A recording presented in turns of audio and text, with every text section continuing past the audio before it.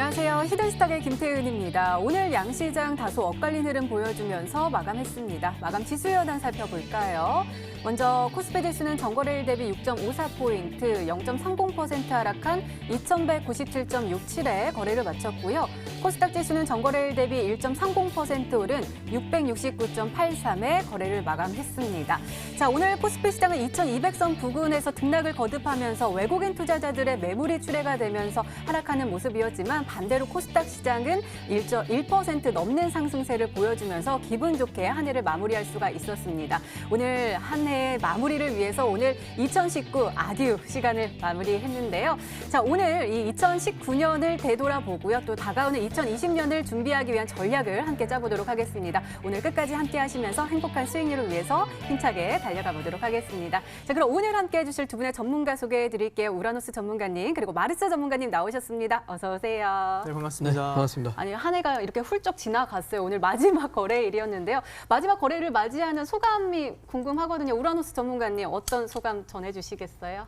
올 한 해 마지막이요? 네, 아쉬워요? 아니요. 아쉽기보다는 상당히 좀 한 해가 알찼던 해였던 것 같습니다.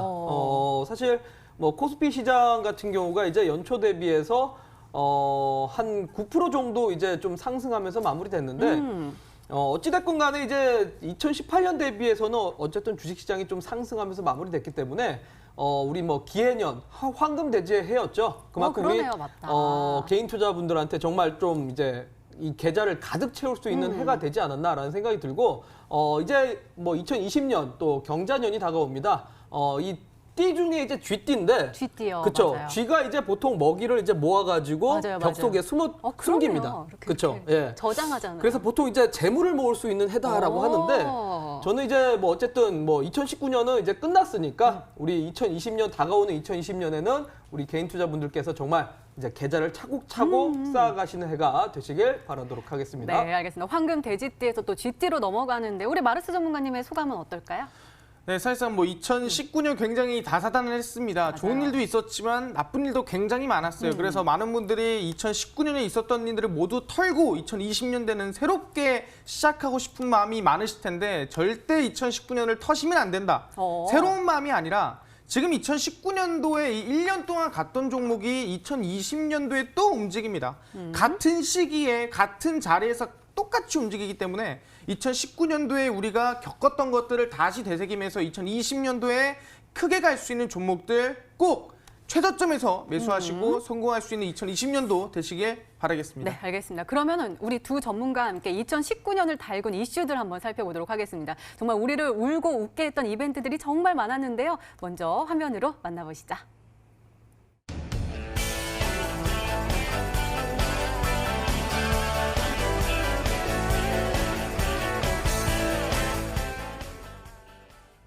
그러네요. 단연코 1위에 올라섰습니다. 일본의 수출 규제요. 지난 7월에 갑작스럽게 아베 총리가 수출 규제하겠다라고 해가지고 관련된 종목들 막 떨어지고요. 또 애국 테마주들이 막 올라갔거든요. 마르스 전문가님, 일본 수출 규제에 대해서 자세하게 좀 이야기 좀 해주세요. 네, 사실상 이번에 일본 수출 규제가 이제 아베 총리의 보복으로 인해서 일어난 일이었는데 사실상 보복한 것 치고는 오히려 자국의 손해가 더 많았다. 아마 일본에서도 많지 않았나 생각합니다. 그런 부분에서 이번 아시겠지만 그 아베 총리가 일본 수출 규제를 정말 역사 속에도 한 번도 없었던 자기들이 유리한 제품들만 일본 수출 규제를 하는 그런 모습 보여줬거든요. 흔히 폴리이미드라든가 레지스트, 에칭가스 이 세 가지의 이 세계 이 반도체 부품에 대한 이 반도체 소재에 대한 이 규제가 들어가면서 국내에서 우리가 필요한 것들을 못 쓰게 됐습니다. 그래서 일본에서는 우리가 어차피 우리가 주는 건데 지금 우린 수출 못 하겠다. 우리는 안 주겠다. 하지만 한국에선 그걸 기회로 여겨서 이제 우리가 에칭가스든 폴리이미드든 국산화를 시키겠다.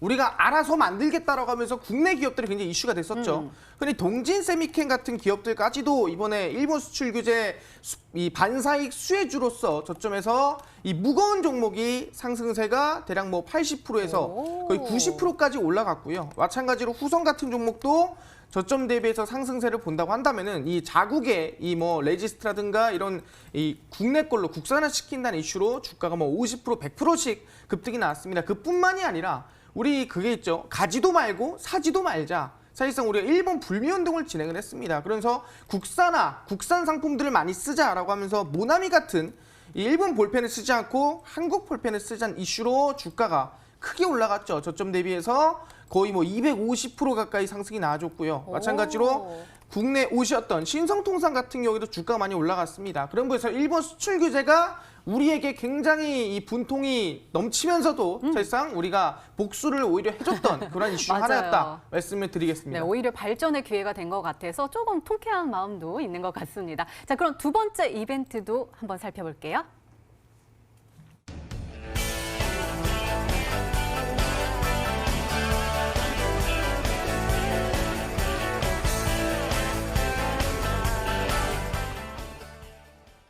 맞아요. 우리나라뿐만 아니라 전 세계 시장을 깜짝 놀라게 했죠. 저 기억나요? 4월 3일인가요? 오후 11시에 갑자기 깜짝 5G 상용화 개통이 됐습니다. 맞습니다. 이 이슈 우리가 또 세계 최초 타이틀을 얻어갔잖아요. 네, 그렇죠. 네, 좋아요.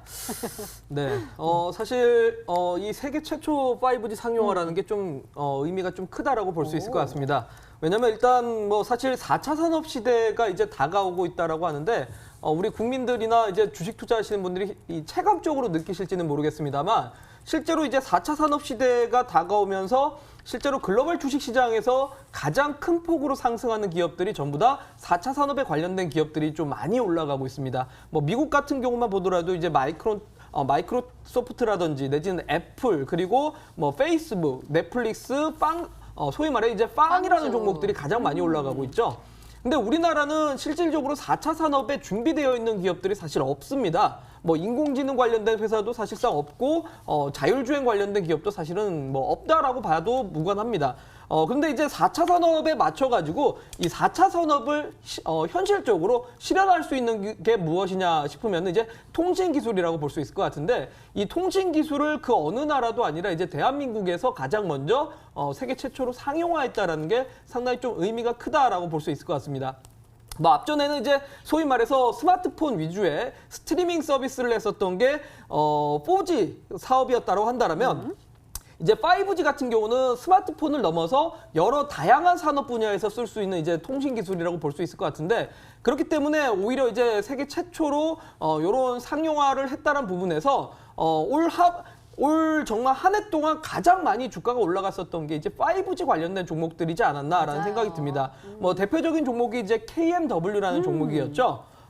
화면상으로 보시면 알겠지만 이제 4월 달부터 본격적으로 이제 5G에 대해서 서비스가 이제 출시가 됐었고 그리고 워낙 이제 3사 통신사가 공격적인 증설과 투자를 진행했기 때문에 KMW가 지난 3월 달 저점 대비해서 올 한 해 동안에 650% 정도 이제 상승하는 정말 기염을 토해냈다라고 좀 봐야 될 것 같습니다. 물론 지금은 사실 우리나라 국내 통신망이 어느 정도 이제 투자가 거의 다 끝났기 때문에 사실상 이제는 미국 쪽 시장에 대한 투자를 기다리고 있는 시기다라고 좀 봐야 될 것 같은데 그만큼 이제 5G 서비스망이 먼저 공격적으로 좀 증설과 함께 관련된 종목들이 대파동이 나왔다라면 이제 5G가 출시됨으로써 결과적으로 그 안에 메모리 반도체에 대한 탑재율이 점점 이제 높아지고 있다라는 측면에서 5G가 올라가고 나니까 결과적으로는 대한민국의 IT 반도체 산업이 살아났다는 거죠. 그래서 올 한 해 정말 연말까지 시장을 올려줄 수 있을 만한 모멘텀이 저는 이 5G에서부터 시작됐다라고 말씀드리도록 하겠습니다. 5G까지 한번 살펴봤습니다. 세 번째 이벤트 더욱더 기대되는데요. 세 번째 힌트 화면으로 만나보시죠.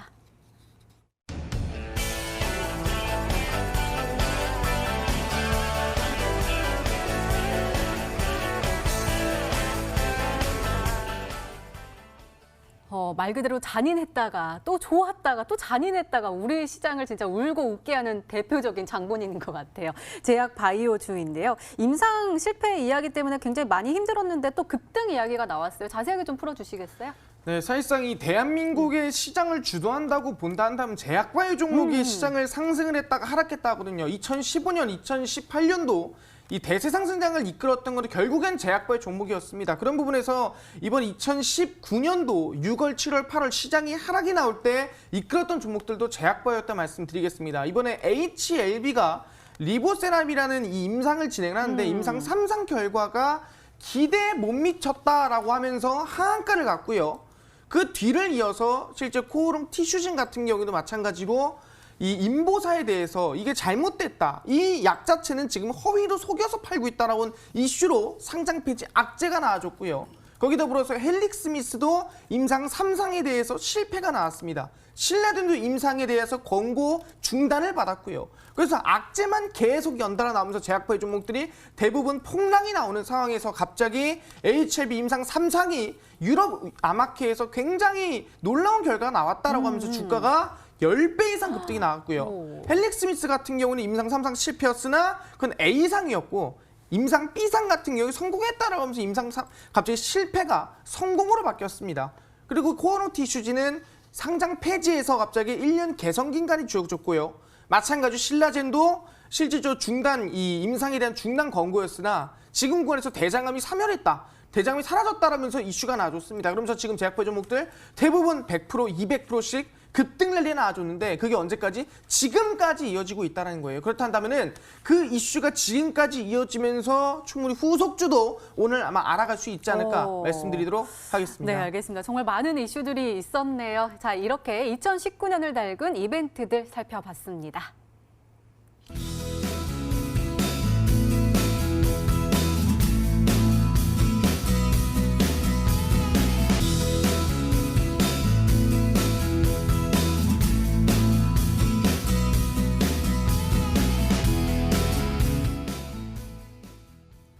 네, 이번에는 업종을 한번 결산해 보도록 하겠습니다. 먼저 2019년을 가장 화려하게 했던 업종인데요. 화면으로 먼저 만나보시죠.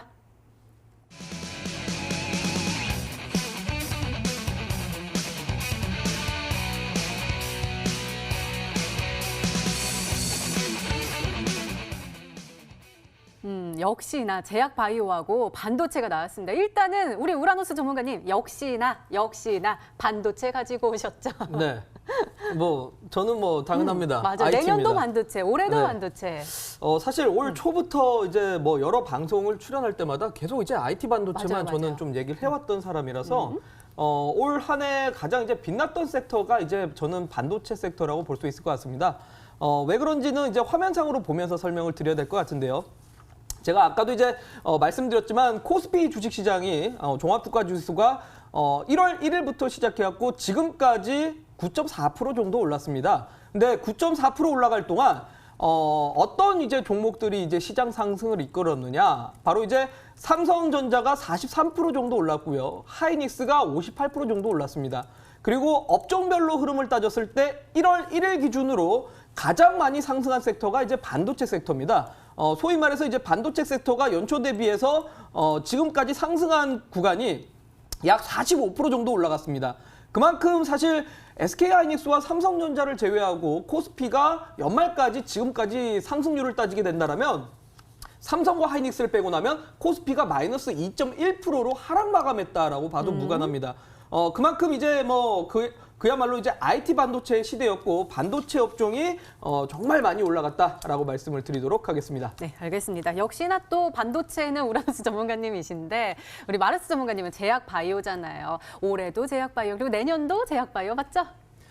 네, 이제 사실상 제가 이 제약바이오 부분에서는 계속 말씀드리고 주가가 올라가는데 몇 번이고 말씀드렸거든요. 그래서 아마 2019년도에 올라갔던 제약바이오는 대부분 마르스 입에서 나오지 않았나 맞아요. 말씀드릴 수 있을 것 같습니다. 그중에서도 이 제약바이오가 그렇게 이슈가 됐던 이유는 방금 잠깐 말씀드렸던 HLB라고 말씀드리겠는데 지금 차트 보시면 아시겠지만 HLB가 이 6월 달입니다. 6월에 하한가가 연속으로 나온 모습을 볼 수가 있습니다. 그런 부분에서 주가가 크게 급락이 나와줬고요.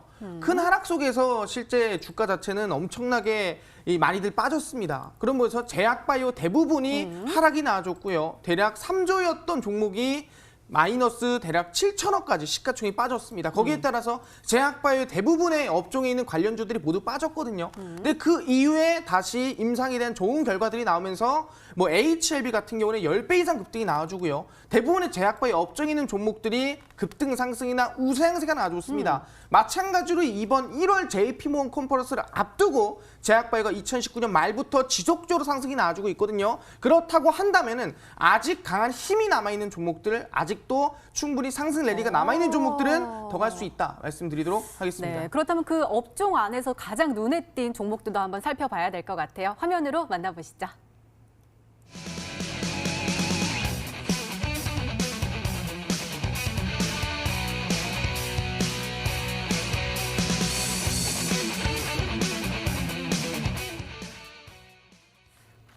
반도체 업종에서는 테스 그리고 제약바이오 업종에서는 HLB 계속해서 말씀해 주셨던 종목들이 딱 나왔는데요. 일단은 테스부터 한번 짚어볼게요. 오란수 전문가님 테스요. 네. 올해 많이 올랐어요. 반도체 업종에서 네. 정말 이 종목은 빛이 났다라고 봐야 될 것 같습니다. 제가 올 한 해 동안 가장 많이 숫자를 누른 게 095610입니다. 아 진짜요? 테스. 네, 어. 테스의 이제 종목 코드입니다. 네. 정말 뭐 그야말로 IT 반도체 중에서 어쨌든 메모리 반도체의 전공정 장비 회사입니다. 알다시피 이제 어떤 산업이든 간에 가장 먼저 이제 뭐 하는 것은 장비를 가장 먼저 이제 드리게 되는데 장비를 어쨌든 공정 라인에 설치를 하고 나서 장비 설치 이후에 뭐 소재든 부품이든 이렇게 되게 됐죠. 그래서 이제 보통 주가는 장비주가 먼저 주가가 움직이게 되는데 테스 같은 경우가 이제 메모리 반도체의 전공정 장비 회사라고 볼 수 있을 것 같고요. 그리고 이제 메모리 반도체는 크게는 두 가지로 나뉩니다. 뭐 D램과 낸드 이렇게 두 가지로 나뉘는데 그 중에서 낸드라고 해서 바로 우리가 이제 컴퓨터를 껐을 때 그래도 이제 저장돼서 이 메모리가 남는 거를 바로 이제 낸드 쪽이라고 합니다. 근데 이 테스가 바로 이제 낸드 장비 쪽에 대한 좀 특화된 기업이다라고 좀 말씀을 드려야 될 것 같습니다. 화면상으로 좀 보면서 설명을 드리겠는데요. 사실 이제 뭐 2018년부터 시작해서 상당히 뭐 IT 반도체가 그 이후로는 좀 많이 안 좋았습니다. 실제로 뭐 경기 침체에 대한 이야기가 많이 나왔었고 실제로 현물 가격이 많이 떨어지면서 그야말로 IT 반도체들이 좀 많이 혹한기를 거쳤었던 게 2018년입니다. 근데 2019년부터 시작해서 낸드 가격 이제 메모리 반도체 중에서 D램보다 낸드에 대한 가격이 슬슬 조금씩 올라왔다는 거죠. 그러니까 현물에 대한 가격이 올라온다라는 거는 그만큼 수요가 이제 늘어나고 있다라는 말입니다. 결과적으로는 수요가 늘어나면 늘어날수록 가격은 반등 나올 수밖에 없기 때문에 원자재 가격이 올라가게 되면 당연히 그 생산 기업들은 당연히 매출 내지는 마진이 늘어나게 된다라고 볼 수 있을 것 같습니다. 근데 사실 이 테스라는 기업이 지난 4월 달부터 낸드 가격이 올라오면서 본격적으로 이제 시세가 나오기 시작했었고 그 뒤로도 계속적으로 좀 주가가 올라가면서 올해 1월 달 대비해서 벌써 주가가 약 152% 정도 주가가 상승했다라고 볼 수 있을 것 같습니다. 뭐 그야말로 1년 내내 그야말로 대세 상승 나오고 있다라고 볼 수 있을 것 같은데 아직까지 저는 해당 종목이 고점 대비해서도 상당히 아직까지 주가가 낮다라고 좀 평가를 하고 있고요. 그리고 내년 같은 경우 역시 삼성의 시안 쪽 투자라든지 평택 공장 내지는 평택 2공장까지 이렇게 뭐 낸드 쪽에 대해서 투자가 가속화된다라면 이 테스라는 종목은 내년에도 좀 더 추가적인 상승이 이어갈 수 있다라고 말씀을 드리도록 하겠습니다. 네, 기대감이 가득 찬 테스입니다. 이번에는 HLB 한번 살펴볼게요. 마르스 전문가님, 아까 처음부터 계속해서 HLB 얘기해 주셨어요. 더욱더 언급해 주실 내용 남아 있어요? 네, 사실 주식 투자자라면은 모를 수가 없는 맞아요. 종목이 HLB인데 이 정확한 흐름을 모릅니다. 항상 얘기했어요.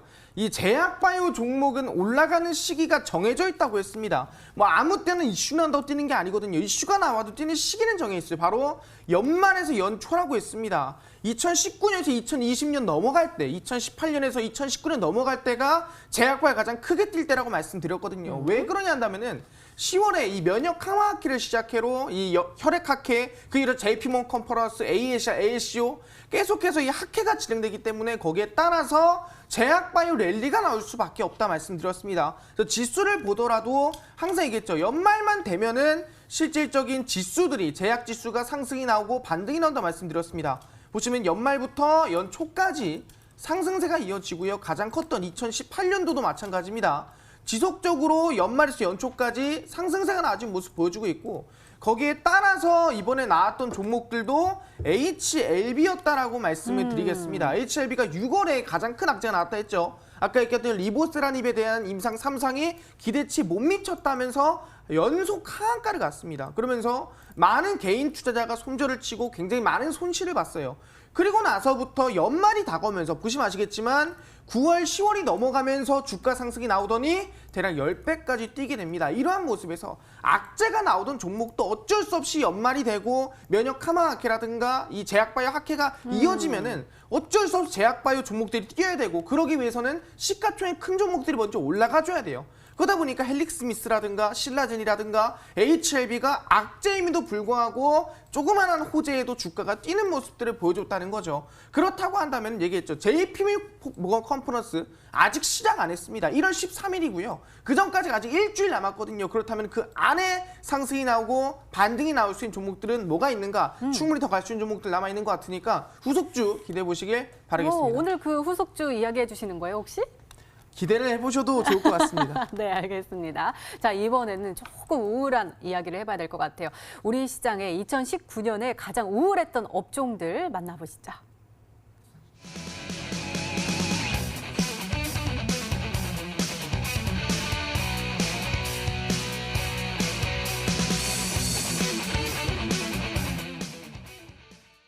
네, 건강관리 그리고 남북 경협이 나왔습니다. 그러게 헬스케어 섹터가요, 5월 한 해만 해도 24.9%나 하락해서 하락률 1위 업종으로 뽑혔다라고 하더라고요. 우라소스 전문가는 헬스케어요. 네. 그렇죠. 어떻게요? 방금 이제 마르스 전문가가 어쨌든 또 제약바이오. 빛나는 종목 네. 중에 제약바이오라고 했지만, 그러니까 빛나기도 빛났지만 사실은 개인 떨어지기도 투자분들한테 많이 또 많이 이제 또 혹한기를 줬었던 게 저는 맞아요. 이제 건강관리 섹터라고 볼 수 있을 것 같습니다. 왜 그러냐면 사실 알다시피 이제 2019년이 혹자들한테는 상당히 즐거웠던 한 해였지만 대부분의 또 이제 뭐 투자자분들한테는 상당히 안 좋았고 재미가 없었던 장세였다라는 게, 왜냐면 이 제약바이오 섹터가 전반적으로 연초 대비해서 하락 마감을 했습니다. 화면상으로 잠깐 보면서 또 설명드리겠는데요. 네. 자, 앞서 제가 이제 전기전자 업종 같은 경우는 연초 대비해서 45% 정도 이제 올라갔다라고 했는데, 이 코스피, 이 제약 섹터 같은 경우는 1월 1일부터 시작해가지고 지금까지 봤을 때 약 하락률이 19% 정도 됩니다.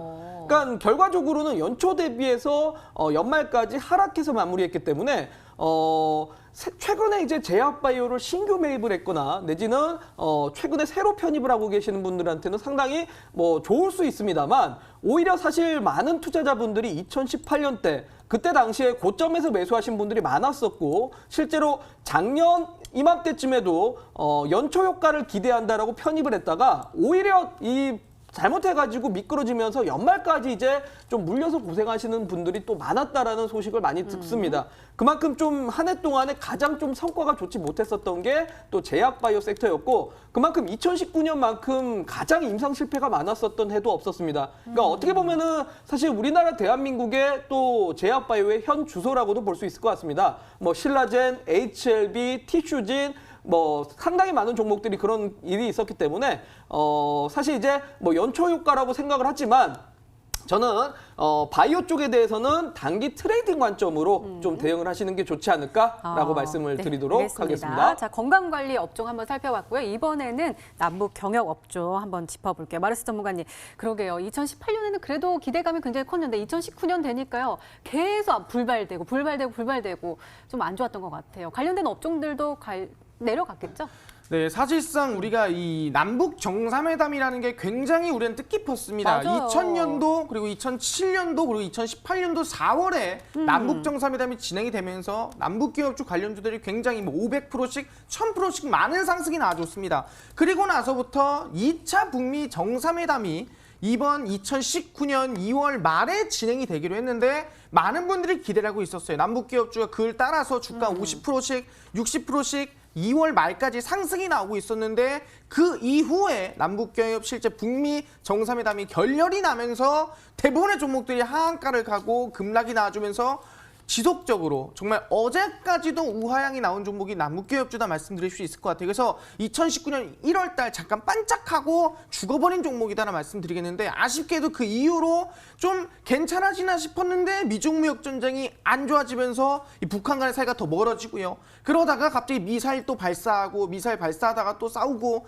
지금 아시겠지만 2월 달에 결렬된 게 아직도 해결이 안 나고 있습니다. 그러면서 실질적으로 1년 동안 우하향 급락이 만들어지고 있는 안타까운 종목 중 하나를 말씀드리겠는데, 제가 2월에 이 MTN에 나와서 항상 얘기했습니다. 이슈가 나오기 전에 팔락 말씀드렸어요. 왜?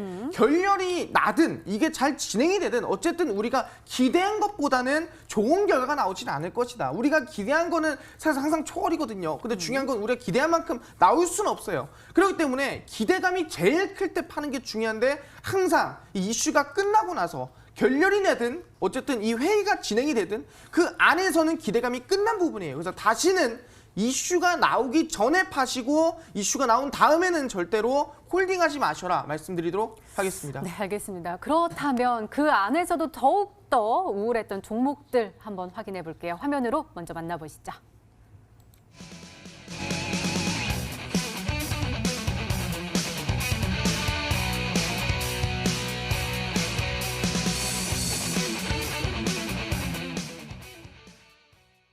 네, 신라젠과 아시아 종묘가 나왔습니다. 신라젠은 하락률 1위에 랭킹이 됐더라고요. 연초에 73,400원인데 연말에 13,650원까지 뚝 떨어지면서 80%나 하락을 해가지고 그렇죠. 우리 많은 투자자들의 마음을 정말 아프게 했던 것 같아요. 신라젠 좀 짚어주시겠어요? 참 우리 투자자분들이 가장 기대했던 종목 중에 하나가 맞아요, 아닌가 저는 그렇게 맞아요. 생각을 합니다. 왜냐하면 2016년 때 신라젠이라는 기업이 상장한 이후로 1,200%나 주가가 올라갔었던 종목입니다. 그래서 2017년이죠. 2017년 때 1,200%가 올라가면서 정말 제2의 신라젠이라는 종목을 찾아보자라고 맞아요. 이제 말을 했던 투자자분들도 상당히 많았습니다. 그런데 사실 그 이후에 뭐 주가가 좀 많이 결과가 좋지 못했었고 실제로 아까 우리 마르스 전문가가 참 좋은 말을 해줬는데요. 일단은 기대감이 풍부할 때 그때 이제 팔고 나가야 된다라는 말을 했습니다. 소위 말해서 이제 소문에 사서 뉴스에 팔아라라는 말이 있듯이 사실 많은 투자자분들이 제약바이오 쪽에서 기대를 하는 건 임상에 대한 성공을 이제 많이 기대를 합니다. 근데 실질적으로 대한민국의 제약바이오 기업들이 사실상 임상을 크게 성공적으로 이렇게 발표를 했었던 기업이 역사적으로도 많지가 않습니다.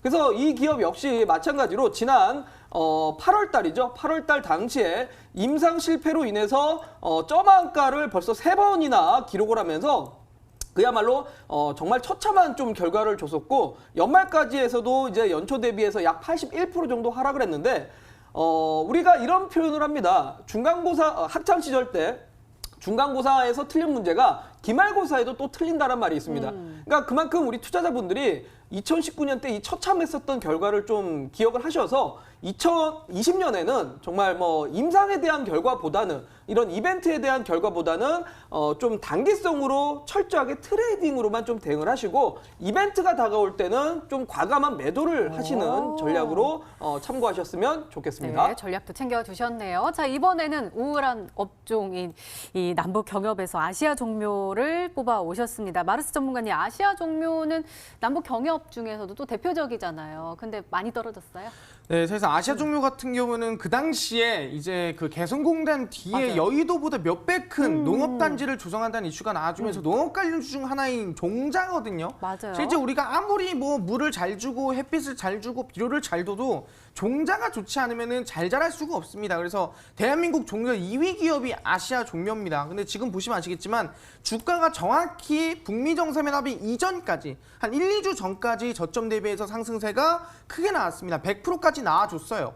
근데 중요한 게 뭐냐면은 북미 정상회담이 가까워질수록 주가는 점점 하향세를 보여주는 아직 결렬이 나지 않았음에도 불구하고 급락이 나오다가 정확히 결렬 나면서 하한가를 만들어준 모습을 볼 수가 있습니다. 이러한 부분에서 이미 2주 전부터 주가는 이미 선반영돼 있었습니다. 결렬이 날 것이다라는 또는 결렬이 되지 않더라고 뭐라 했습니까? 기대감이 크지 않다고요. 우리가 생각했던 것만큼이나 회의 주제가 그렇게 자극적이지 않을 거라고. 그렇기 때문에 그 전에 미리 팔았어야 합니다. 하지만 이 하락에도 불구하고 많은 분들이 팔지 않았고요. 그래서 하한가를 막고 아마 지금까지 팔지 않으신 분들은 지속적인 우하향세로 거의 반토막에 가까운 이 손실체를 보지 않았나 생각을 합니다. 그런 부분에서 저는 얘기합니다. 이 남북경협주도 정확히 타이밍이 있었어요.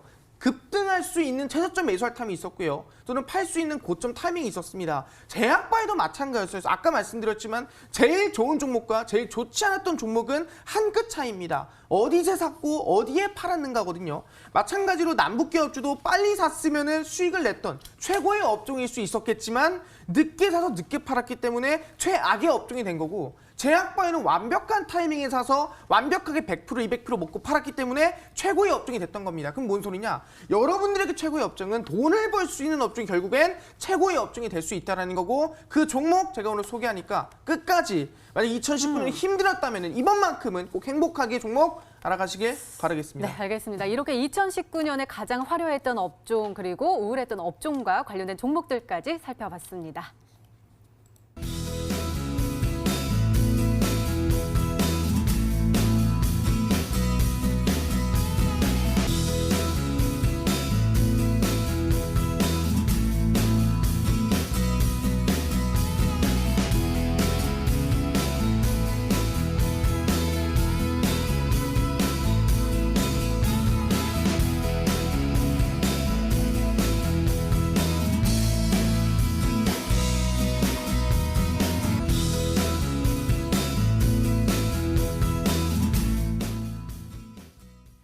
네, 매일 밤 8시에 공개되는 힌트 3가지와 그리고 히든 종목을 맞추기 위해서 열심히 추리를 해봤는데요. 재미도 기본이고요. 또 수익률도 덤이어서 정말 올 한 해 히든스탁 많은 분들께 사랑을 받았던 것 같습니다. 그래서 준비를 했습니다. 우리 히든스탁을 빛나게 했던 히든 종목 베스트 5를 준비했는데요. 먼저 첫 번째 만나보시죠.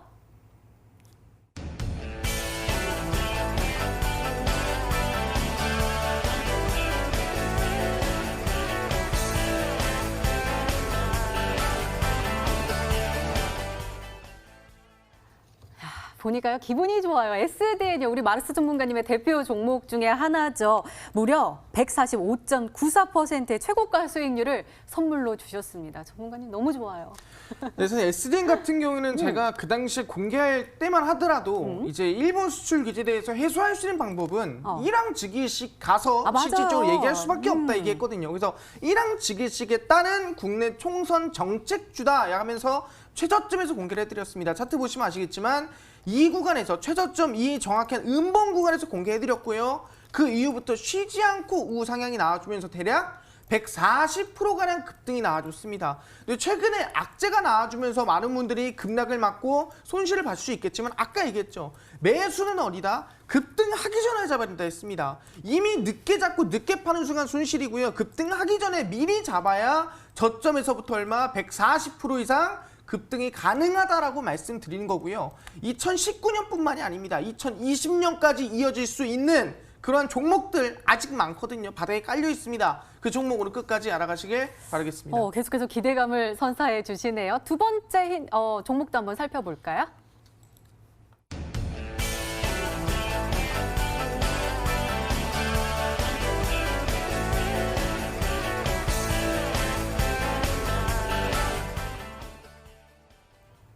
ABL 바이오가 나왔습니다. 우리 우라노스 전문가님께서 추천을 해주셔서 20% 가까운 수익률을 선물로 주셨는데요.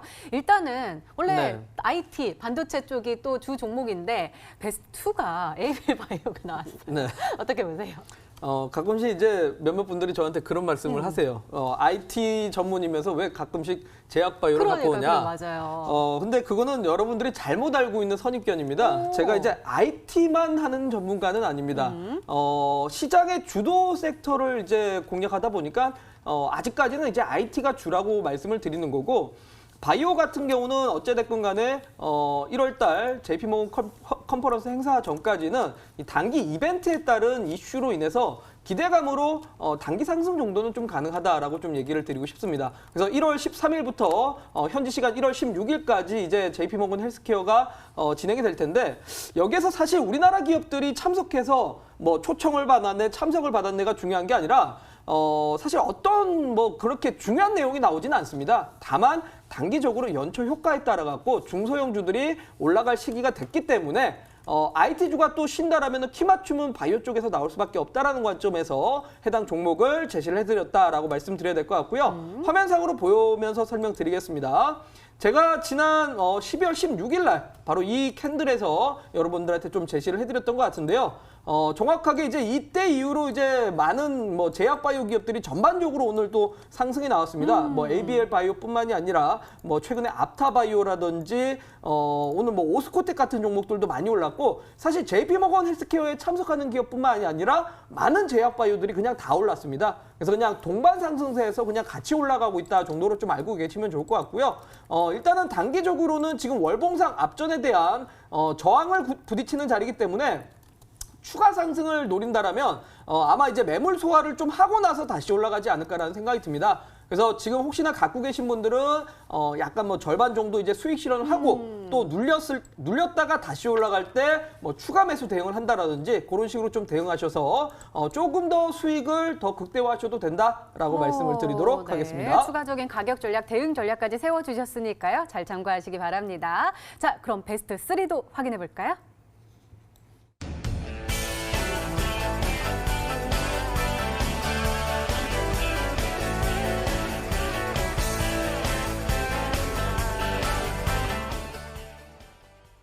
네, 앞서서 SDN처럼 우리에게 145.94%를 선물로 주셨는데 이 종목도 만만치가 않습니다. 남아산업이요 124.73%를 선물로 주셨습니다. 역시나 관련된 종목 총선 정책 수혜주잖아요. 소개 좀 해주세요.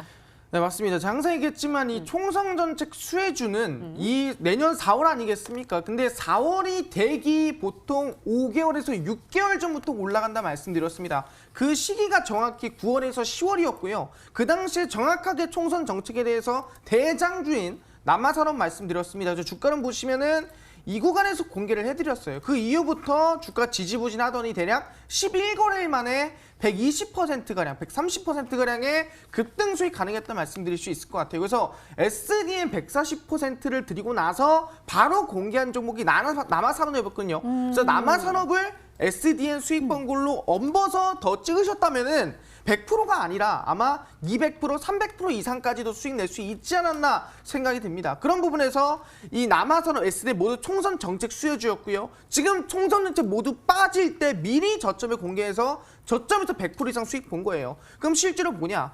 그럼 이제 총선 찍으면 안 되나요? 또 올라갈 종목 있을까요? 100% 갈 종목 있을까요? 항상 얘기하지만 저점에는 종목 찍어라. 총선 지나갔으면은 또 저점에는 50%, 60% 갈 수 있는 종목이 있는 거고 그 종목으로 최근에 제약바에 들였던 거고 그럼 제약바에 100% 갔다면은 또 그 후속주가 있을 거니까 이 남아산업, SDN 못 잡으신 분들이 있다면은 굳이 지금 상황에서 아쉬워하지 말라. 아직 바닥에서 100%가 좀 많다 말씀드리도록 하겠습니다. 네, 알겠습니다. 자, 다음 히든 종목 바로 이어서 보도록 하겠습니다. 베스트 4입니다.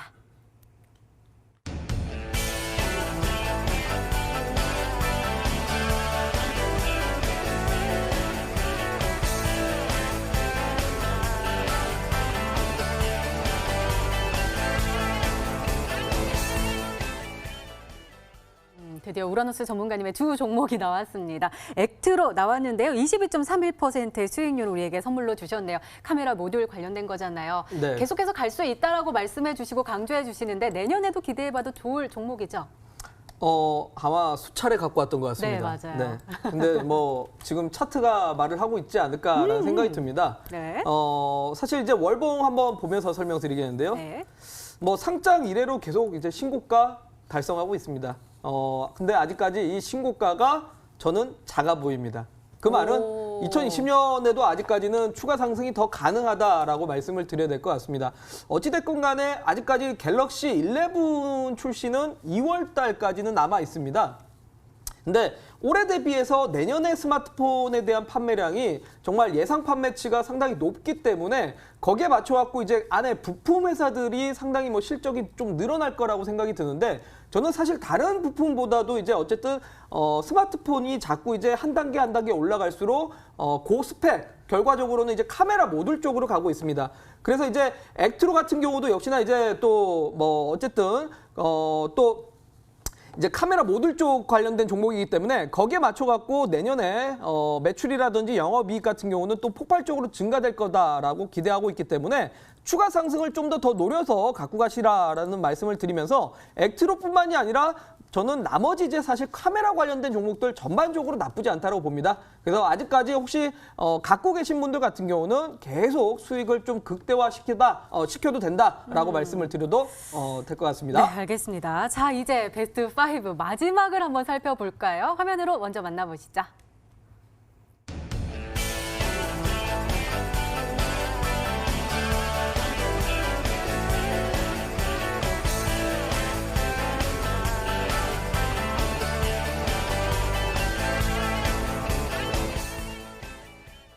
네, 정말 수익률이 어마어마합니다. 텔콘 RF 제약 나왔는데요. 71.16%.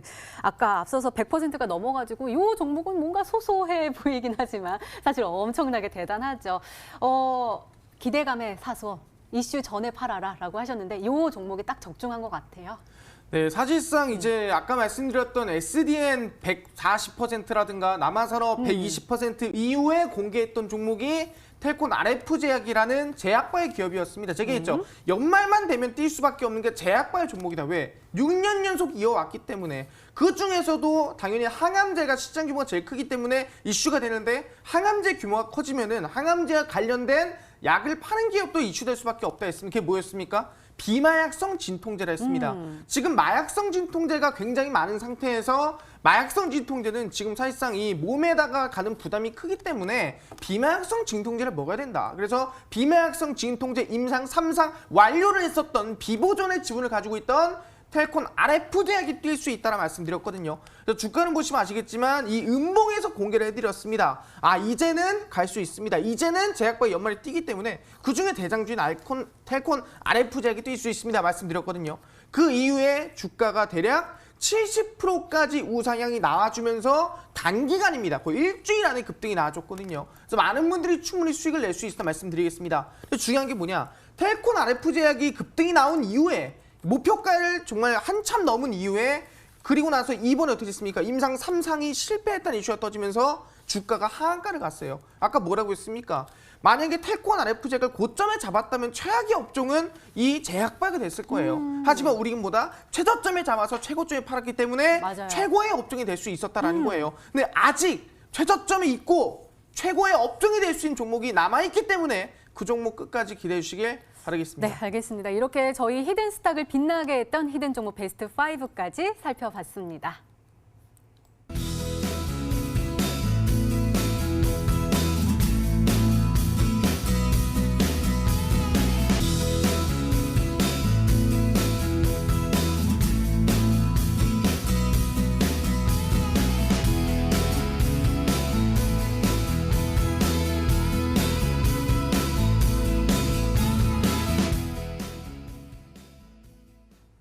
또 한 해가 또 저물어 갔지만 또 2020년을 준비를 해야 되잖아요. 우란수 전문가님, 내년에요, 전략이요. 그리고 유망한 업종 당연히 IT라고 말씀하시겠지만 한 번 더 강조 좀 해주세요. 네.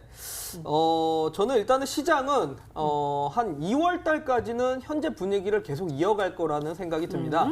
그래서 지금 제가 봤을 때는 현재 종목을 공격적으로 사지 않으셨거나 내지는 시장 주도주가 아닌 다른 소외 업종을 갖고 계시다면 좀 내년 상반기가 많이 소외감을 느낄 수도 있다는 생각이 듭니다. 그래서 여러분들이 지금이라도 좀 시장 주도주의 포트폴리오를 교체를 하셔서 2월 달까지는 좀 수익을 바짝 내시는 전략이 좀 필요하다라고 말씀을 드릴 것 같고요.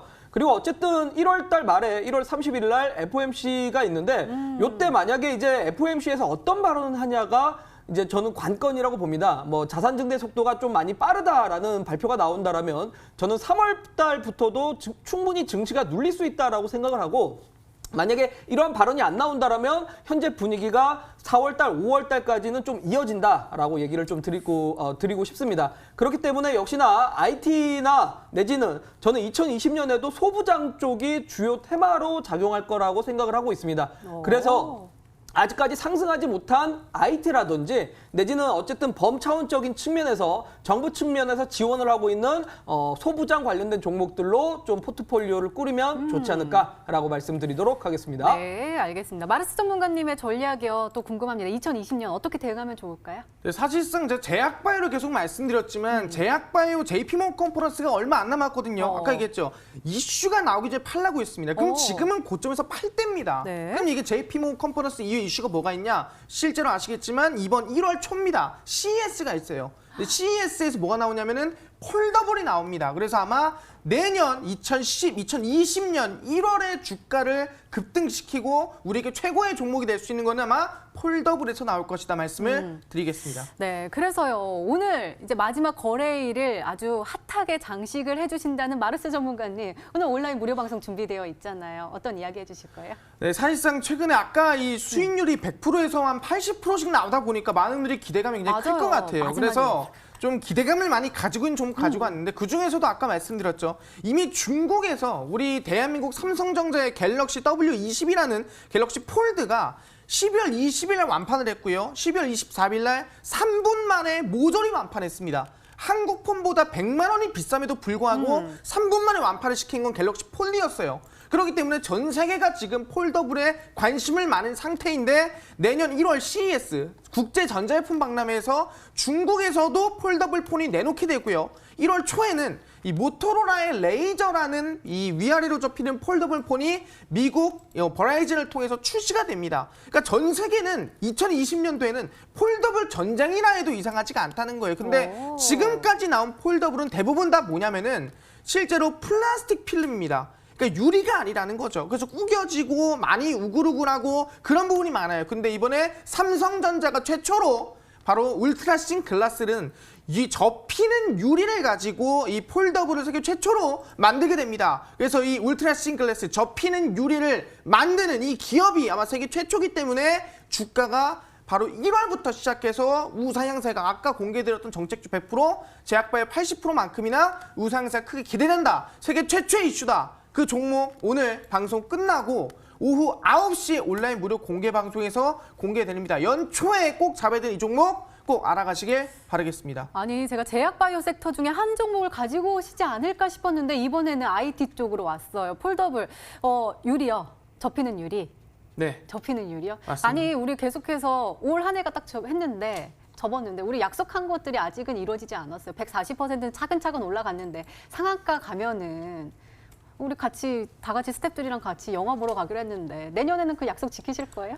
네, 연초가 가장 힘이 강한 부분이기 때문에 아까 얘기했죠. 네. 이미 중국에서는 갤럭시 폴드에 대해서 3분 만에 완판을 했고요. 오. 지금까지 대부분의 이 스마트폰 실제 화웨이에서 만들었던 메이텍스 같은 경우에도 굉장히 이 구겨지는 게 심해요. 이 액정이 빳빳하지 못하다는 거죠. 맞아요. 근데 이번 삼성전자 그것을 사실상 바꿔서 이번에 유리로 이 10 마이크로미터라 해가지고 실제로 1미터를 10만 분의 1로 쪼갠 얇기의 유리로 이미 만들어냈습니다. 그렇기 때문에 충분히 접힐 수 있고 구겨지지도 않고 기존의 이 강도가 더 강해진 지금의 폴더블 중 거의 완성된 폴더블 폰이 이번에 삼성에서 만든 갤럭시 폴드 2라고 말씀드리겠고요. 2월 달에 출시가 되거든요. 그럼 실제로 2월에 출시가 되니 1월 동안에 주가 우상향세가 지속적으로 상승될 가능성이 높다라는 거고 그 시기는 연휴가 끝나고 바로 1월 2일부터 아마 우상이 기대될 수 있을 것 같습니다. 그래서 세계 최초라고 한다면은 이번 종목이 가장 강하게 뛰지 않을까. 그 종목이 2020년도 연초를 장식하지 않을까 기대해 볼 수가 있을 것 같습니다. 네, 아니 또 궁금한 게 있었는데 우리 온라인 무료 방송에서 참여를 해가지고 여쭤봐야 될 것 같아요. 관련된 종목들이 폴더블 나올 때마다 좀 툭툭 튀는 모습을 보여줬는데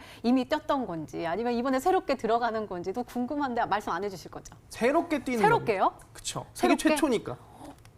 더 기대됩니다. 알겠습니다. 잠시 후에 한번 확인해 보시고요. 소개해 드릴게요. 전문가 더 자세한 이야기를 나눌 수 있는 온라인 무료 방송 참여 방법 소개해 드리도록 하겠습니다. 먼저 인터넷 검색창에 히든스탁이라 검색하시면 MTN 히든스탁 홈페이지가 나옵니다. 들어가시면 방송 보기 배너 나와 있습니다. 오늘 이 방송 끝나고 9시부터 시작하니까요. 오늘 놓치지 마시고 꼭 챙겨가시기 바랍니다.